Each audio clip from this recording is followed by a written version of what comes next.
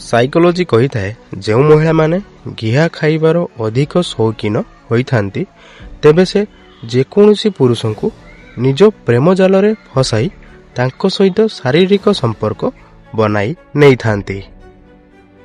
Psychology କହିଥାଏ ଯଦି ଆପଣ ନିଜର ବାଣ୍ଡଟିକୁ ସବୁଦିନ ପାଇଁ ଲମ୍ବା, ମୋଟା ଓ ଟାଇଟ୍ ରଖିବାକୁ ଚାହୁଁଛନ୍ତି ତେବେ ଏହି ଉପାୟଟି କରନ୍ତୁ। 2ଟି ଗୁଜୁରାତିର ଦାନା ଓ 5ଟି କାଜୁ ବାଦାମକୁ ଭଲ ଭାବରେ ଗୁଣ୍ଡ କରିଦିଅନ୍ତୁ।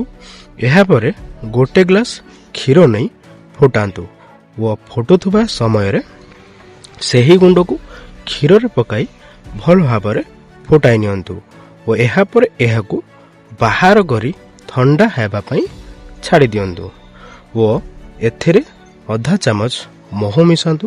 ଏମିତି କରି ଏହାକୁ ପ୍ରତିଦିନ ସନ୍ଧ୍ୟାରେ ପିଅନ୍ତୁ ଆଉ ଦେଖନ୍ତୁ ଏହାର କମାଲ। ସାଇକୋଲୋଜି କହିଥାଏ ଯେଉଁ ପୁରୁଷ ଲୁବ୍ରିକେସନ ଓ କଣ୍ଡୋମ ବ୍ୟବହାର କରିଥାନ୍ତି ତେବେ ସେ ଅଧିକ ସମୟ ପର୍ଯ୍ୟନ୍ତ କରିବାର ଆନନ୍ଦ ଉଠାଇ ପାରିଥାନ୍ତି। ସାଇକୋଲୋଜି କହିଥାଏ ଅନ୍ୟମାନଙ୍କ ଜୀବନରେ ନିଜର ଜାଗା ଖୋଜିବା ଛାଡ଼ି ଦିଅନ୍ତୁ, ବହୁତ खुशी रहिबे। सभी दोस्तों को मेरा नमस्कार। मुझे उम्मीद है कि आपको मेरा वीडियो बहुत पसंद आएगा। अगर पसंद आए तो कृपया गिफ्ट या थैंक्स के माध्यम से कुछ भेजें। मेरा आपसे एक अनुरोध है, 93% लोग वीडियो देख रहे हैं लेकिन सब्सक्राइब नहीं कर रहे हैं। कृपया सब्सक्राइब करें और वीडियो को लाइक करें। मैं आपका हमेशा आभारी रहूंगा।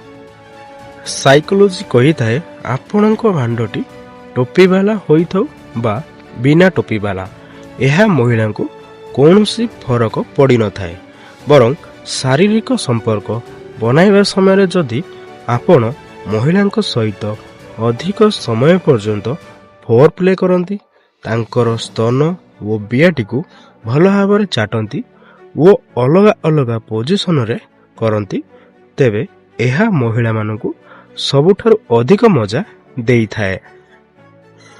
साइकोलोजी कही थाए आम जीवन एते भी खराब होई न थाए, बास किछि खराब लोकों को हृदय रे जागा देई दे थाउ।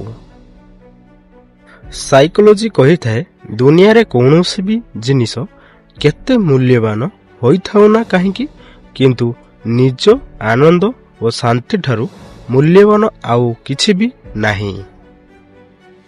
साइकोलोजी कही थाए केबे भी कौनसी परिस्थिति रे निजको भांगी जीवाकू दियंतु नाही, कारण लोक माने भांगी जाइथिबा घरर इटा को भी नहीं जाइथांती।